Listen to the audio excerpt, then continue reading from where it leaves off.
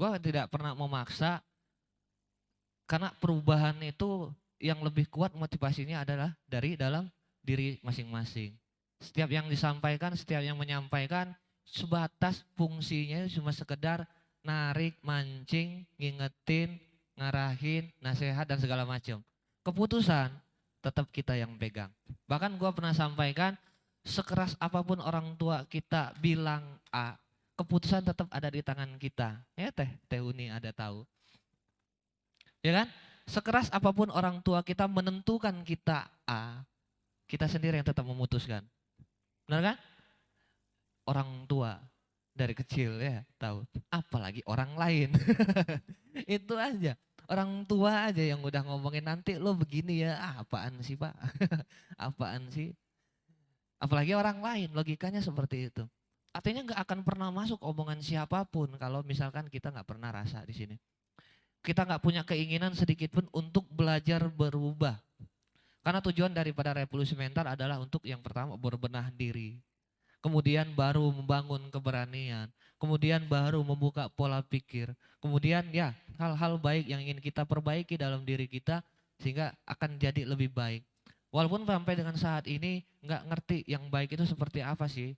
Tapi minimal kita berada pada hal atau arah yang ke arah yang lebih baik. Seperti itu. Tapi lihat progres kita. Progres kita seperti apa? Apakah dalam setiap acara revolusi mental kita ada kemajuan di sana? Apakah setiap minggu kita masih sama minggu kemarin? Kalau kemarin ketika dikasih kesempatan buat maju, gue diam. Minggu berikutnya dikasih kesempatan buat maju, gue diam lagi. Minggu berikutnya gue disuruh maju lagi, diam juga. Apa perkembangan yang kita dapat dari itu? Karena ketika memutuskan untuk berangkat dari kursi ke sini itu luar biasa. Luar biasa. Berbeda halnya dengan dipanggil namanya, jauh bedanya. Misalkan, wah Komar maju, wah Eka maju. Berbeda rasanya ketika kita memutuskan sendiri untuk maju ke depan.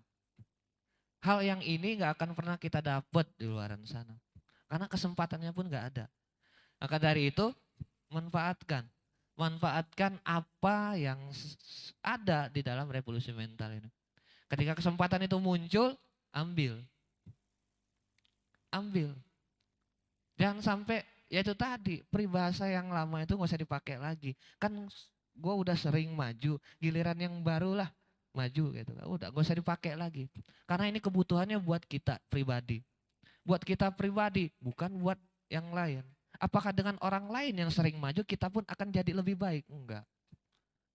Apakah orang lain yang selalu mempraktekkan terus kita ikut berubah lebih baik? Enggak. Karena perubahan kita ya kita sendiri yang mengolahnya. Kalau kita pengen lebih matang maju di depan ngomong tanpa materi sekalipun apa yang bisa kita omongin, ya kita yang melatihnya sendiri. Bukan dengan orang lain yang maju. Kalau seperti itu konsepnya seneng gue. Ketika gue sakit lu yang minum obat biar gue sembuh. Enak kan kayak gitu. Kalau konsepnya seperti itu. Tapi wayahnya kita yang sakit ya kita yang minum obat. Salah bener? Hah? Ya kan? Kita yang sakit kita yang minum obat. Masa orang lain yang minum obat? Ya Jo. Ya. Kalau itu bisa sembuh misalkan gue sakit si Jo minum obat gue jadi sembuh gitu. Enak. Artinya nggak ada yang susahan dengan itu. Tapi kalau kita ingin berbenah, berbuat, berubah atau menjadi lebih baik, artinya kita yang memutuskan, kita sendiri yang bergerak untuk ke arah perbaikan itu.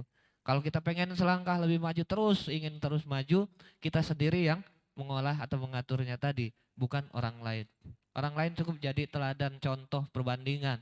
Kita yang memutuskan untuk berubah.